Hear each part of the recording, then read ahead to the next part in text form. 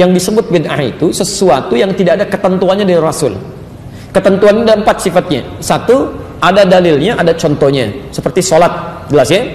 Kedua, ada dalilnya, contohnya sementara, seperti kunut. Ya. Yang ketiga, ada dalilnya, cuma contohnya nggak ada.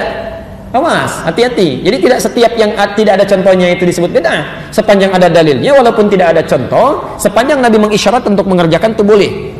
Boleh, karena tidak setiap yang disampaikan Nabi beliau contohkan kalau dalam kondisi tertentu. Ya, misal, saya beri contoh misalnya tahiyatul masjid. Ya, tahiyatul masjid. Tayyib. Nabi selama hidupnya itu tidak pernah tahiyatul masjid. Tidak pakai tidak pernah tahiyatul masjid. Dia. Baik. Kenapa? Karena rumah Nabi di masjid.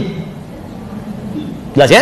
Rumah Nabi di masjid. Wa baiti huna, dan rumahku di sini, kata Nabi. Karena itu beliau selalu sholat di dalam rumahnya, begitu iqamat baru keluar jadi imam. Jelas ya? Tapi Nabi katakan pada Sulaik al-Qatafani ketika beliau masuk ke Masjid An-Nabawi, ya, dalam keadaan dia bisa sholat terlebih dahulu, kemudian dia langsung duduk. Maka kata Nabi dikatakan, "Idza dakhala ahadukum al-masjid fala yajlis hatta yusalli rak'atain." Kalau Anda masuk ke masjid dalam suasana yang santai, tenang, ingin i'tikaf duduk, maka jangan langsung duduk kecuali salat 2 rakaat terlebih dahulu. Jelas di sini?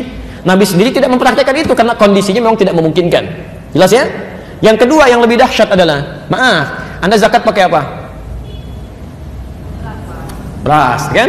Uang. Nabi nggak pernah zakat pakai beras. Silakan tunjukkan pada saya. Satu hadis saja yang menunjukkan Nabi pernah zakat pakai beras. Jangankan hadis sahih, di hadis palsu pun nggak akan ada. Anda cari sampai kiamat kurang 2 hari nggak akan ditemukan. Ya, sehari lagi buat berpikir kita untuk apa nyari gitu kan? Baik, nggak ada karena Nabi zakatnya pakai gandum atau pakai kurma. Tapi kemudian di zaman Muawiyah ketika beliau jadi gubernur di Syam, di Damaskus, beliau katakan yang dimaksud zakat menggunakan kurma ataupun gandum itu irqun, makanan pokoknya. Jadi kalau makanan pokok di satu tempat kemudian digunakan sebagai bagian dari zakat itu boleh. Ya, sepanjang itu bagian dari makanan pokok. Makanan pokok kita apa? Itu makanan ibu. Ya, makanan saya itu nasi. Beras itu makanan pokok bagi hewan yang bertembolok. Ya, ayam itu makanan pokoknya beras. Tapi nasi sumbernya dari beras, boleh menjadi bagian dari zakatnya. Tapi contoh dari Nabi tidak ada. Jadi tidak setiap yang nggak ada contohnya itu disebut dengan bid'ah. Jelas ya?